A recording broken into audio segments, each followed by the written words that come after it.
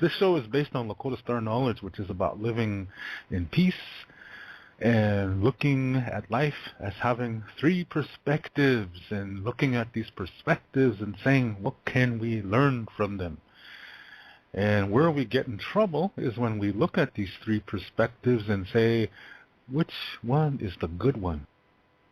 And then we choose one of them and reject the others. And so what's happening here is duality. In duality, a person only comprehends 33% of everything, because he only accepts one of at least three perspectives, and that's where all the problems of the world basically come from. Racism, ethnocentrism, paternalism, and dogma, good versus evil, that all comes from duality. That violates natural law. Natural law says there's at least three perspectives, and it's about what can I learn from them.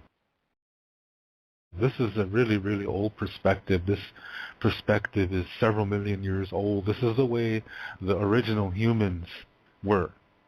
In other words, our ancestors, the first ones. They didn't see each other as skin color, because they were communicating from within themselves. See, when you live this way, what you're doing is you're taking care of yourself physically, mentally, spiritually, and emotionally. And all these four areas, these four parts, are the four parts of yourself. And they're connected deep within you. And that's your sacred area. That's your sacred center. So when you live this way, you establish peace inside of yourself. And when you communicate, you're communicating from that sacred center. So you're not communicating as a Lakota or as a Japanese, or, you're communicating as a human being. And this is where we are connected to the earth, because the earth sees us as her grandchildren. She doesn't favor anybody. There is no chosen race. There is no cursed race. Because there's religions that believe these things. And that's because they're communicating outside of that sacred circle. I just explained to you a few minutes ago what duality is. When you live a dualistic life, you're communicating outside that circle. And that's why people separate themselves from others they disagree with, and they say to these other people, you're wrong, and I will show you you're wrong. I will prove to you you're wrong, because I'm smarter than you, I'm better than you, and I know what's right for you. My way is the only way to do something. And see, this is where all this trouble comes from. And so that's communicating from your skin color, your religion, your secret society, whatever it is.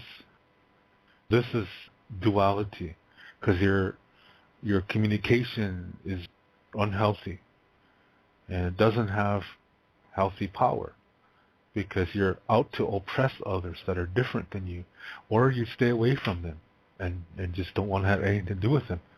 And people who are this way are also racist too, they're the same way. It's just that they don't oppress. They're more like victims. A lot of problems come from that. And as such, dualistic people reject people who follow after Lakota Star knowledge ways of learning. And from Lakota Star knowledge, we see duality as a difficulty. And how we see that is looking at it, learning it, and see how it works, and make it work for us. We learn from it, and whatever emotions came with that, those emotions leave, they give you peace, you become emotionally developed. That helps you develop spiritually, mentally, and it affects your physical health in a good way. So you have to take care of all four parts though too. You got to go out there and eat right, exercise, and you don't have to be gung-ho about it, but to be sensible, eat sensibly, go out there and move your body around, dance, do Zumba, or all kinds of things like that. So in duality, people only accept 33% of reality. That means when they have difficulties, they don't completely process the emotions. So most of the emotions are still trapped inside of them. So what happens is they end up not knowing themselves. Because when you have peace, you know yourself. You've taken that time to do that. In Lakota Star Knowledge, you've taken the time to know yourself, to establish the peace, and so when you experience anything new for the first time, you take the time to check it out. Especially if you have no idea. But if you do have an idea, you know what to do already. Yeah, but what I am talking about is when it's a totally new experience and you just have no clue what's going on, that you have to check it out and then learn from it. And then now you have the knowledge. In duality, they don't do that because they don't know themselves. Too many emotions are trapped inside of them. They can't have peace. This results in them not knowing themselves, and this is why they're so judgmental. And anything they don't like, anything they disagree with, they judge it right away without even taking the time to check it out completely. They just hear a few things, and then they totally throw it out. Call it bad, call it evil, stupid, or whatever. That is duality. They don't develop spiritually because they don't develop emotionally. Instead, they develop inferiority complexes and low self-esteem and low self-worth. That is duality. That is unhealthy living. So this is how this show is, and I talk about those things, and this is the way our ancestors were in this Lakota Star Knowledge way. So they called each other Ikje Oyate. They didn't say, oh, there's the red people, there's the yellow people, there's the white people, and there's the black people. They didn't say that. Doesn't even have that.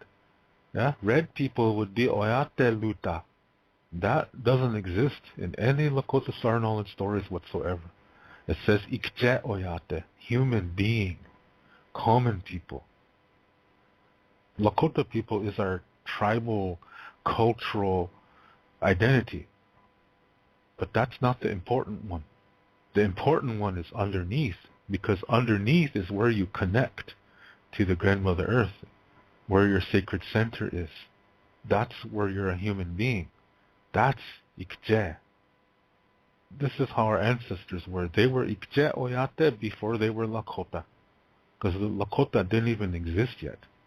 That comes much, much later.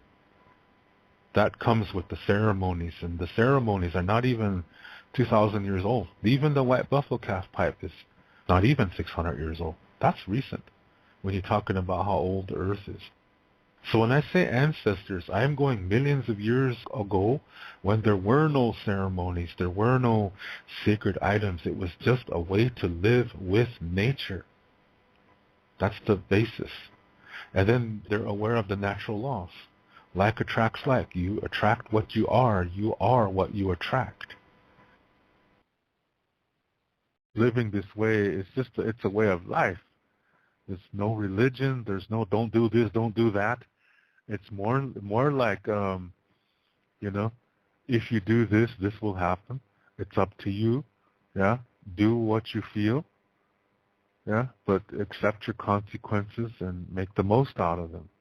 There's no threaten. There's no threat of, yeah, you have your choice to do whatever you want to do with your life, but just remember, if you don't do it, you're going to burn in hell forever. There's nothing like that. Instead, it's live your life the way you want to live it, but just be aware of consequences, and you have to make the best of them, regardless of what they are. Yeah, and realize that what you do is going to return to you 4 times as strong. So it's up to you. Yeah, how do you want to live your life, and live it that way. And but just remember that just being a good person doesn't mean only good things are going to happen, because that's not reality. That's fantasy.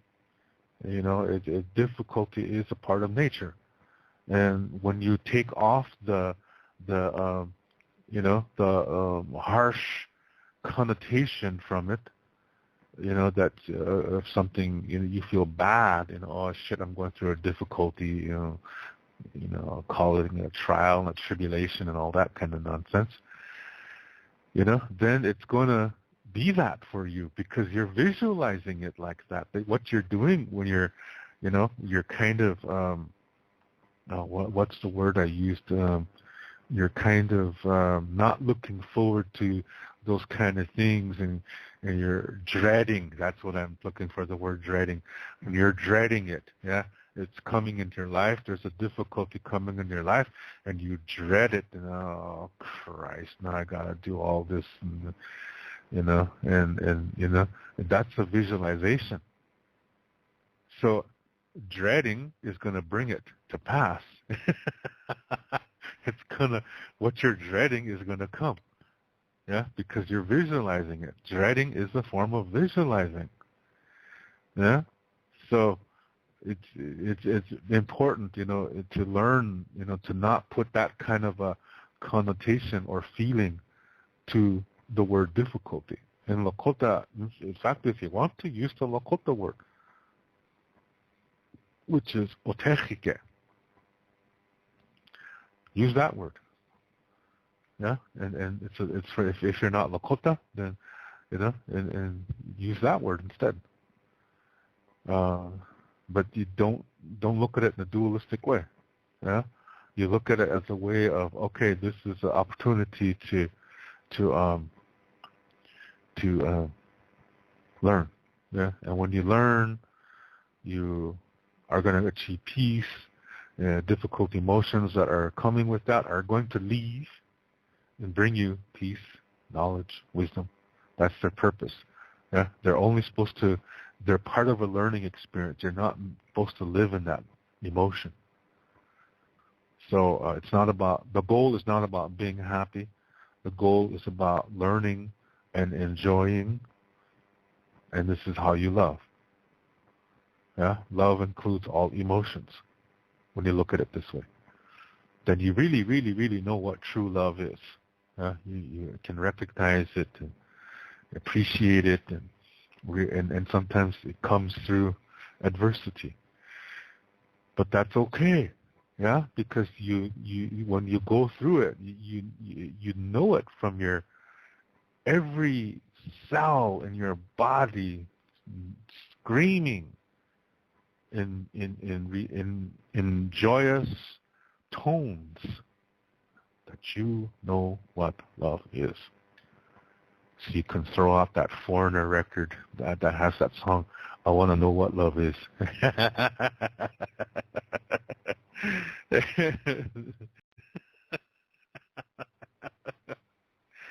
Oh, gosh. Okay, I got off the topic here. Anyway, the word otechike, there's a root in this word called techi. Yeah, techi. And this is the signifying, several things. Yeah, and it's also the root word for our word for love, which is techila. Just think about that, yeah?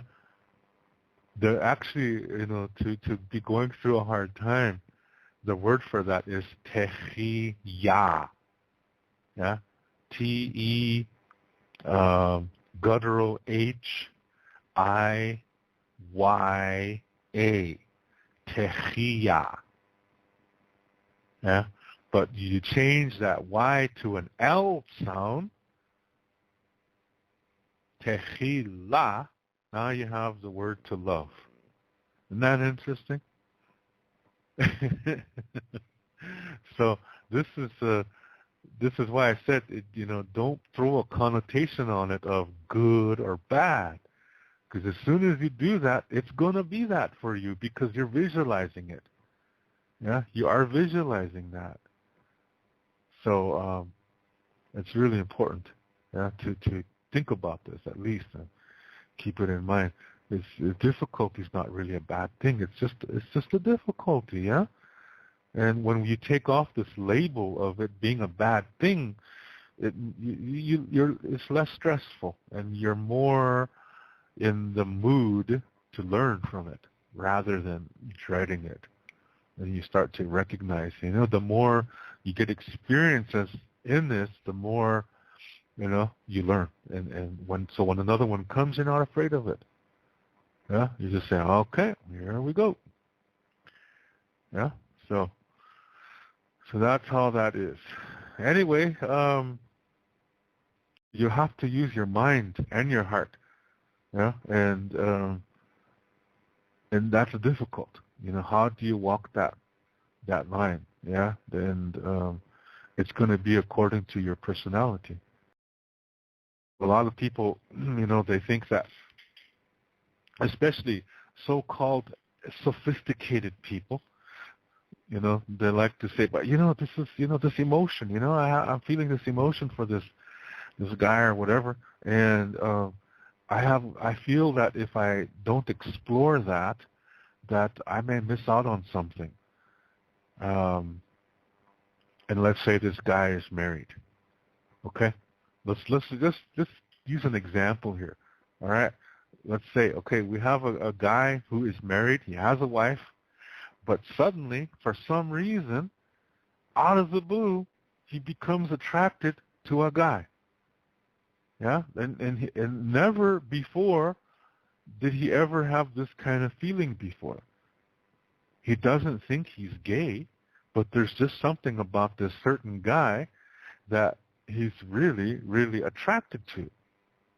Yeah, he feels that that he's in love with a person and not necessarily a man, person. And so he tells his wife, honey, I'm just in love with this person, and I feel I need to, I have to sort this out. And I think at this point, the healthy thing to do, this husband needs to get himself into a situation where everything is neutral, so he can think it out. But what if this guy says to his wife, I'm going to move in with this guy and see if this works and see if this is what I really want to do? Then it just got unhealthy, because how can he keep his mind clear when he's basically, the very thing that he is questioning, he's jumping right into it. That's like saying, I wonder what it's like to kill somebody. And then the person goes and sticks a knife in somebody and just stands there holding the knife inside that person's body while that person dies. What kind of logic is that? You see what I mean? That's like being kind of pregnant. Kind of dead. Do you see what I mean? There's no logic in it. So this kind of thinking, people are only using their hearts. Because people who are standing around and observing it, they're seeing that that this what do you call it? People who are observing the situation, they can see that this guy's fucked up. There is something wrong.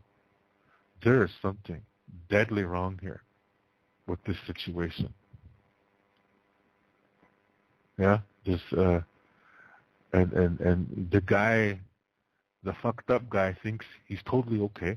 He thinks that there's nothing wrong, but what results is he's ending up hurting everybody that loves him.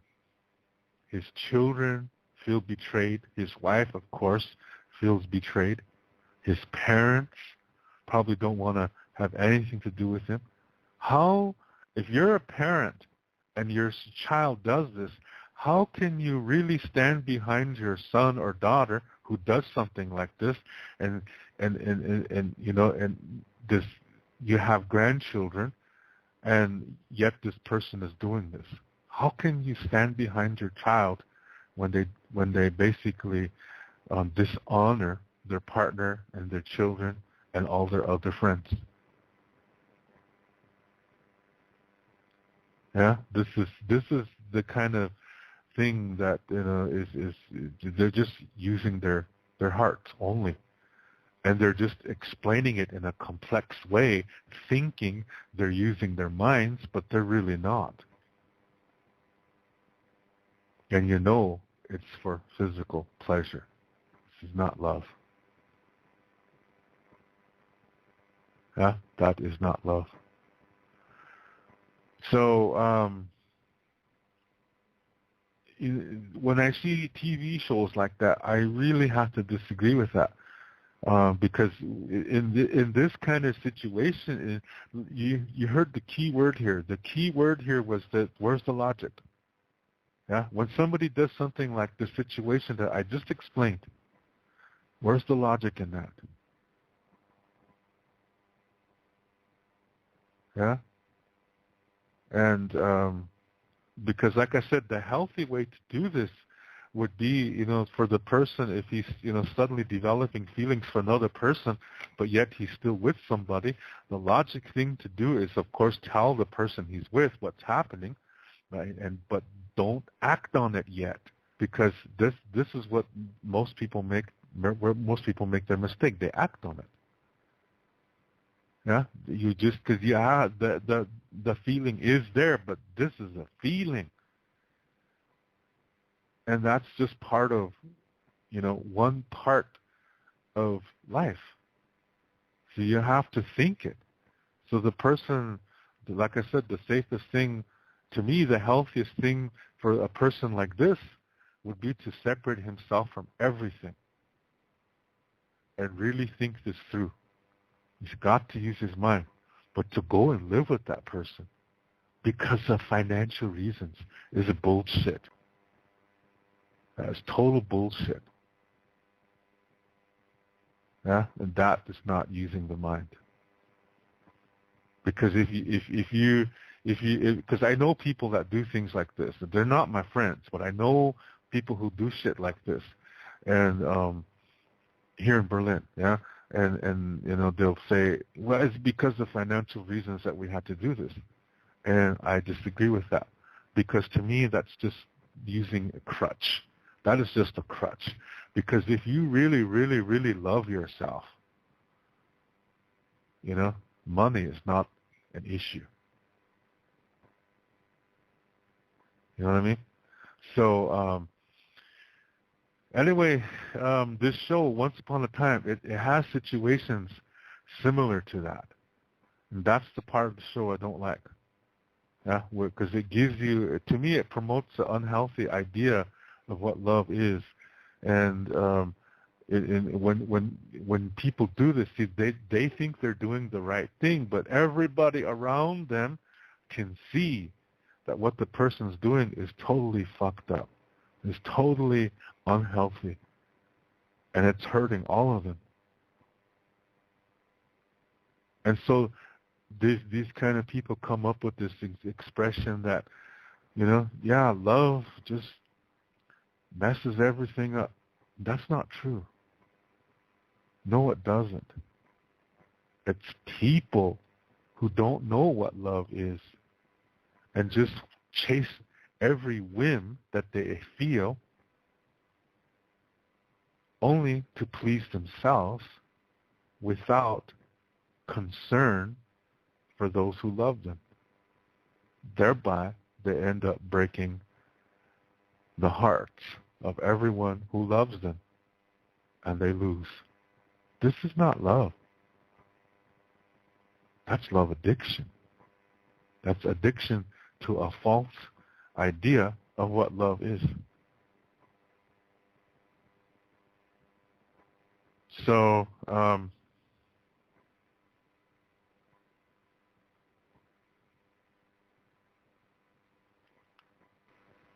so this is,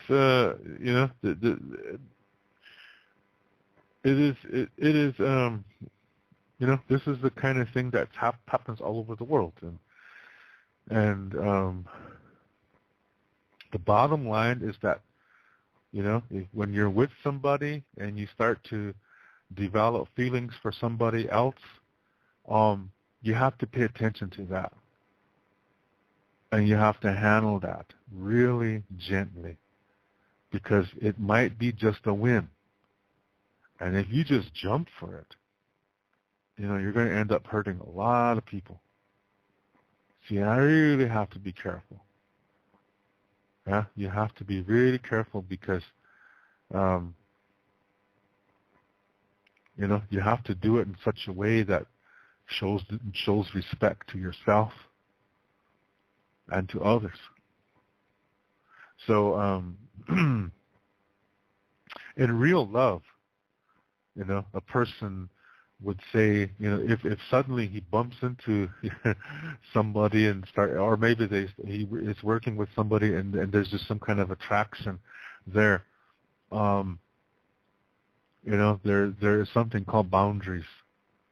And this is what we set for ourselves when we are in love with somebody. We establish these boundaries that this is acceptable, this is not acceptable, and should somebody cross that boundary, or should somebody else outside the couple disrespect those boundaries,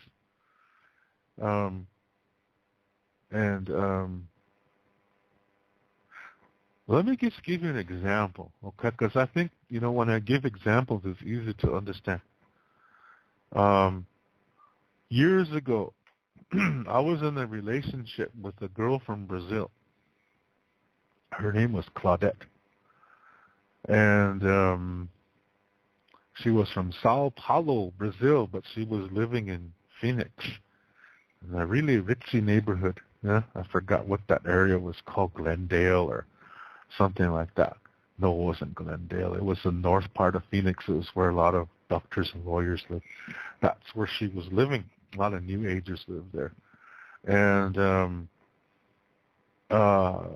we fell in love, and everything was going really nicely. And I'm working someplace, some office or whatever. And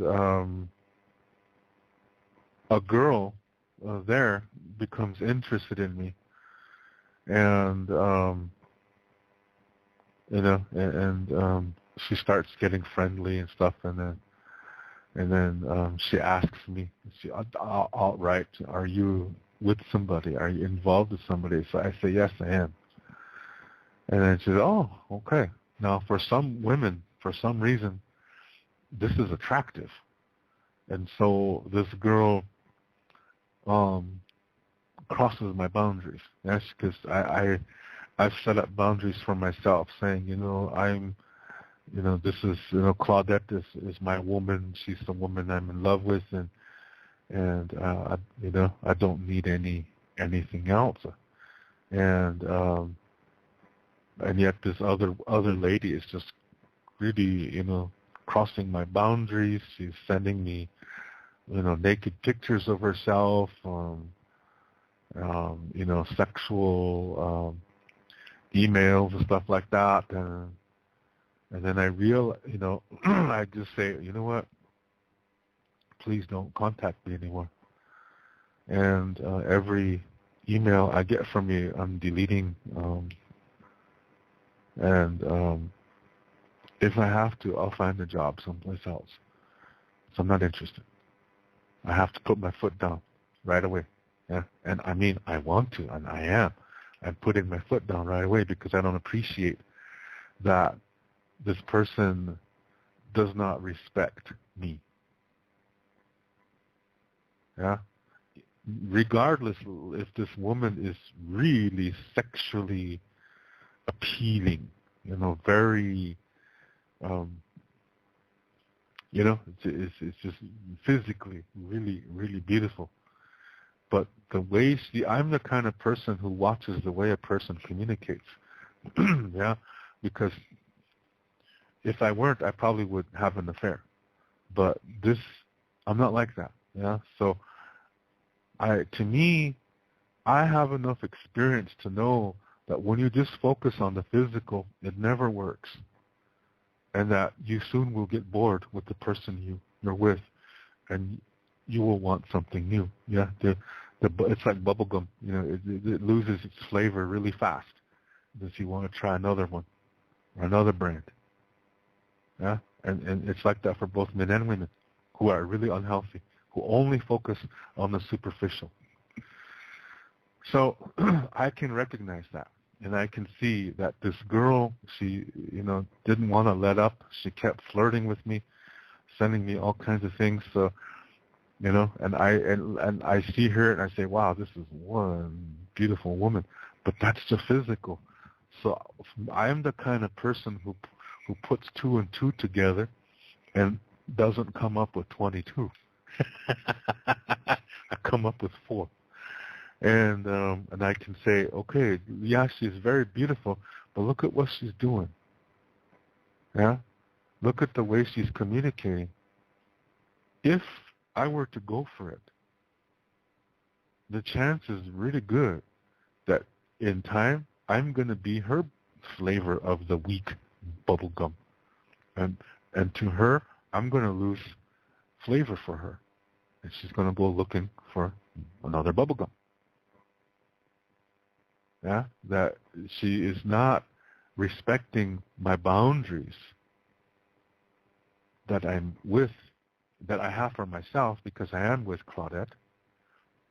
And, so I can safely, if I were to start an affair with this woman, that in time, she's going to disrespect it next and go for another one.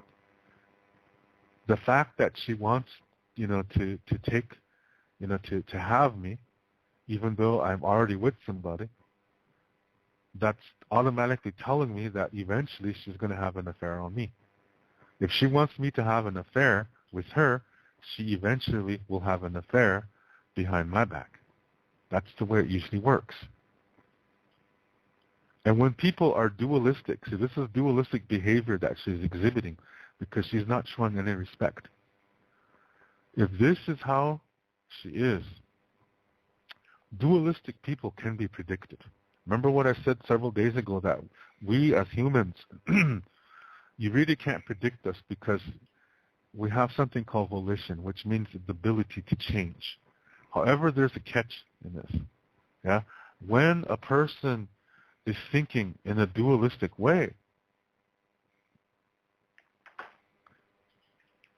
you can predict them because they're only perceiving a small part of reality. They are not, they're missing so much more. You heard me explain that at the beginning of the show, yeah, concerning, that they cannot, what do you call it, perceive all of reality because Lakota Star Knowledge says that there are at least 3 perspectives to everything. A dualistic person just chooses one and calls it good. That's 1/3. That means they only comprehend 2/3 of reality of any situation, at least 2/3, or I should say at the most 2/3. They can't go any further than that. If a situation has 4 perspectives, they still only accept one, which is now 25%, which means they reject 75% of reality. So the more dualistic a person is, the less reality he can comprehend. And so with the situation I'm talking about here, this girl is a dualistic girl. Now, when people are like this, you can predict them. You can figure out what they're going to do. You know the way they think because they're only using, they're only seeing 1/3 of reality. So you can really predict what they're doing. That's why I said, with her, looking at her communication and the fact that she wants me to, she is overstepping my boundaries, continuing to flirt with me, and this is a really, really pretty, physically pretty woman. I got several options here. Either I end my relationship with Claudette and go with this woman, but I'm not going to have an affair. Because I'm going to be accepting this woman's unhealthy energy. That's going to cause me to lose my healthy energy. And Claudette is going to pick up on that. She's going to see there's a change. There's been a disturbance in the force, she's going to say. And then she eventually will figure it out. You cannot hide affairs from healthy people. They're going to figure it out because they're going to feel something is wrong, unless that person is dualistic in the first place too. Yeah? Because there's always exceptions to the rule. Sometimes you can have a guy who's so dualistic that he can deceive anybody. This is an elk man. Yeah? And he can deceive a woman into thinking that he's only with her. And she thinks this. She could think this for 10, 11, 15 years. And all during that time, he's had many other, not just affairs, but many other relationships happening at the same time, and she's not really aware because he's so deceptive. That's an elk man. Yeah? And they're really hard to stop. So that is a very, very, very unhealthy individual. And eventually, the thing is, eventually, the woman will find out. Yeah. But he could keep her going for a long time, acting, even to her family, to her friends. They all think that this is a couple, that they all want to be like. And they have no clue that he has other relationships going on because he's good at it. He's good at it. And that's not healthy, yeah? So, but, like I said, in my example I'm giving here, I don't appreciate it that this girl is crossing my boundaries. And so I'm going to, I put my foot down and say, hey, I told you not to cross my boundaries, but you're still doing it anyway. That shows me how you communicate. And I don't like that. And I don't want to be a victim to that. I'm not going to be. So you stay away from me. And if you don't, then I leave. I find a job someplace else. Yeah? And she can say whatever she wants. She can call me all kinds of names, make comments about certain body part that she's never seen. Yeah? And that's her right to do that. I'm not going to answer it, though. I'm going to stick to my guns. That's the way I am. Yeah, because I know what love is, and I was, and I'm with this woman, Claudette, and this is the woman I love, and that love goes deep. Yeah, it's on many, many levels, and that makes me feel really good. Why should I lose that on a bad gamble? Yeah, a one-night stand gamble. It's not worth it. It's because I'm using my head, not just using my emotions. I'm not just following emotions. So you got to use both, and that's what most people don't use. That seems to be the problem. I know people who are doctors that say, doctors and nurses, these are not my friends, but they just jump into bed with anybody because they feel something for that person, and then they'll say, it's a feeling, and I'm the kind of person that, I need to follow through it because, if I don't, I might get sick, because I'll never know, but, Are we really supposed to know everything? Are we supposed to go out and kill somebody just so we know what it feels like? Do you see what I mean? Where's the logic in that? Are we supposed to go out and rape somebody just to see what it feels like? Or molest a child just to see what it feels like? Because we have that feeling, and we don't want to say it's a bad feeling. It's just a feeling, but we want to follow it through. So where's the logic in that? Do you see what I mean? This is the same kind of unhealthy way of thinking that a lot of people, even educated people, do. Where they just sleep with anybody because they have a feeling and they want to check it out. Yeah. And To me, this shows that they don't have boundaries for themselves. And some people think that boundaries are limiting. No, they're not. You have to know what healthy living is, but you also have to learn what is unhealthy living. And then you set your boundaries based on that. But what a lot of people do, by saying we got to follow that feeling and see where it leads, this is not using the mind. And when you don't use the mind, you don't have boundaries. Yeah? And it could lead to a lot of situations that are not good. It could lead to hurting a lot of innocent people, all because these people are selfish. So do they really love their families when they do this? It's just something to think about. I'm not going to say yes or no. Yeah, I think it depends on the situation and the people involved. So, this is we just got to try to make the best out of it that we can. And if you're doing this, I'm telling you, you're heading to trouble. But if you don't believe me, continue. Please continue doing what you're doing. I want you to learn. And eventually you will find out.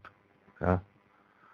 And I'm not going to say I told you so, because that's not my purpose. My purpose is that I want people to learn so that they eventually can become healthy. Even if they don't believe me right now. That's okay.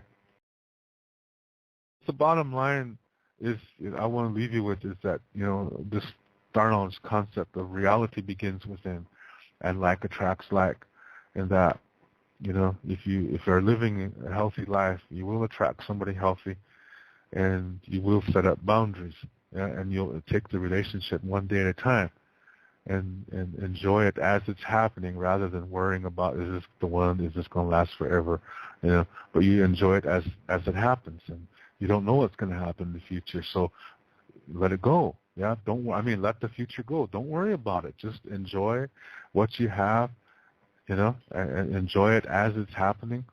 And should something happen, then you both face it at that time, but not until then. Don't waste your time waiting for something to happen. Enjoy it enjoy what you have right now. Yeah? And believe me, that's communication. And when you do that, see, the future is based on what you're thinking now. So if you enjoy what you have right now, you're influencing your future in a good way. Do you see what I mean? This is where you have power over your future, by staying in the present moment and thinking healthy. Yeah, establishing your boundaries, and both of you, if you're in a relationship, establishing the boundaries of the relationship. It's all just to make it better, so that you communicate with each other. And should something upset, cause a disturbance in the force, then you talk about it when it happens, but not until it does. Okay? So just enjoy what you have right now, who you're with. And if you're not satisfied, then there's a disturbance in the force. So you better talk about it. Yeah? Maybe there's a misunderstanding. Maybe something is going to change. Yeah? And change is okay. Don't worry. It'll work out. It'll work out as long as you maintain your healthy way of living, your healthy way of looking at life, and it will turn out. Yeah? Don't worry. Even if it feels rugged, don't worry. It will come to peace. Yeah? It will turn out for you. And you might end up in a better situation than before. Yeah? But living this way, like I said, when you live healthy, your self-esteem will be high. Yeah? Your self-worth will be high. You won't have insecurities. You won't have fears of abandonment and things like that. So just don't worry about it. Just do what you can do in maintaining healthy living and peace inside of you. Okay? I'll leave that with you.